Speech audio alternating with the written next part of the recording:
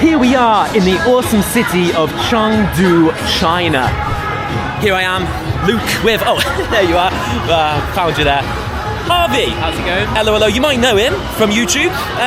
Harvey, you've been doing videos similar to me as well, right? We're both living in Shanghai, right? We are.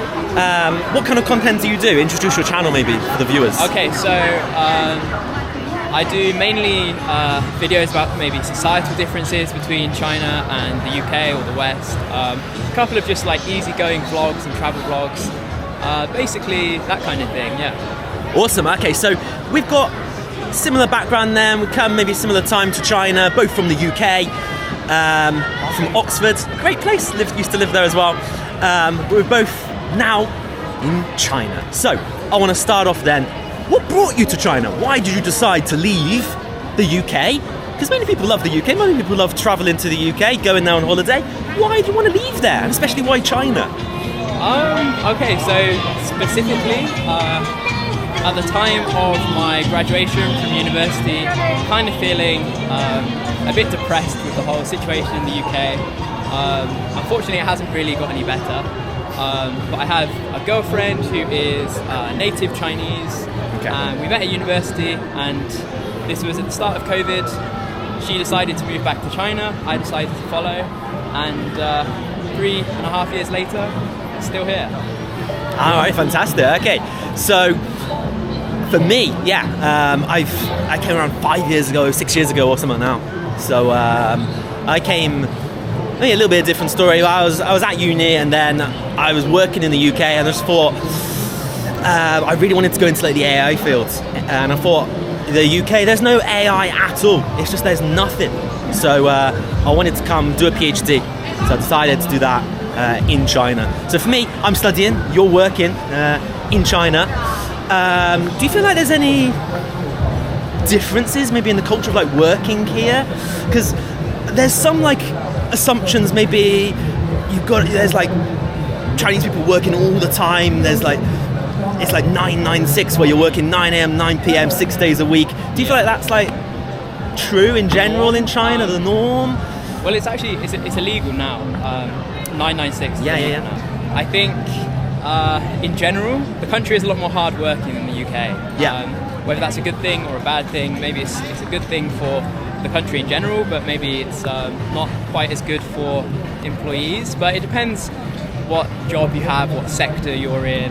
It's definitely somewhere that I'd love to try, because I feel like after I've graduated and everything, I really want to be staying here to work in China. There's a lot more opportunities. Like in the UK, such a tiny island, right? There's like it's very difficult. A lot of my friends, top universities I've graduated from, they just can't find any jobs whatsoever, even they're British. Yeah. Also maybe with Brexit as well, it's kind of done the reverse effect. We thought maybe that if we get rid of all the foreigners, then there'll be more jobs for us. But no, a lot of companies, they've left, and so there's less opportunities in general. Yeah. So I feel, being in the UK, finding opportunities like this, not so much. But China though, there's especially Shanghai, right? I feel like that would be a great place to come, many jobs. But you work somewhere else, right? So it's not just Shanghai, it's not just the big cities. Yeah, where were you? When I first moved to China, I was living in Foshan in Guangdong for a little bit. It's a city that by Chinese standards is perhaps quite small, but from international standards, it's actually quite a big city. It has a large population of about 8 million people.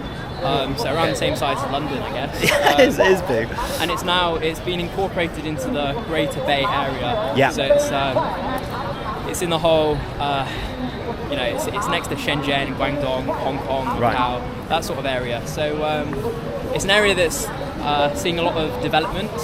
And actually I was quite sad to leave Foshan.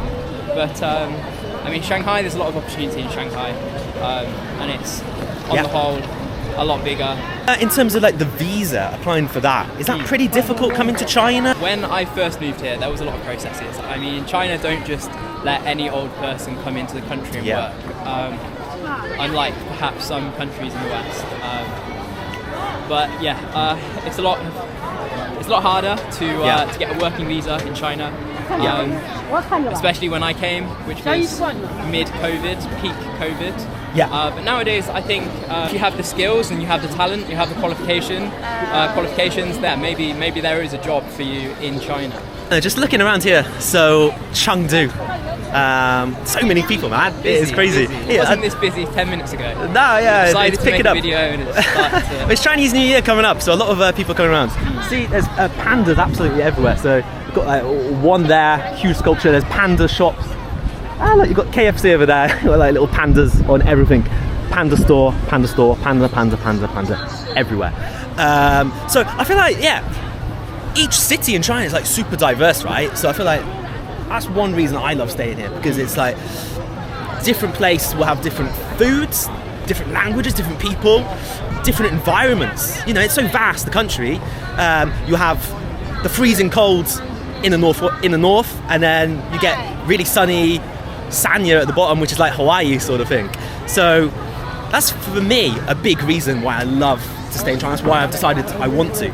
There's no reason to leave. You've got it all here. There's a lot of variation. But what about you? Like, have you decided you want to stay here long term, or? Well, I think my girlfriend has decided that she wants to stay here long term. Is that just all on her, though, or are you happy with that? No, of course not. I think for quite a few years to come, I will be here for sure. Okay. Vlogging the whole journey, so go and subscribe to my channel. But, yeah, I think our future lies in Shanghai for sure.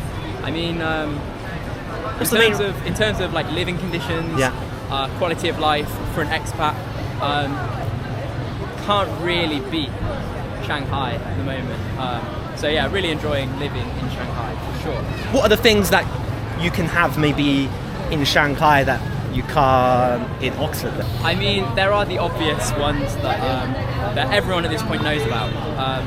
Sure, it's a lot safer.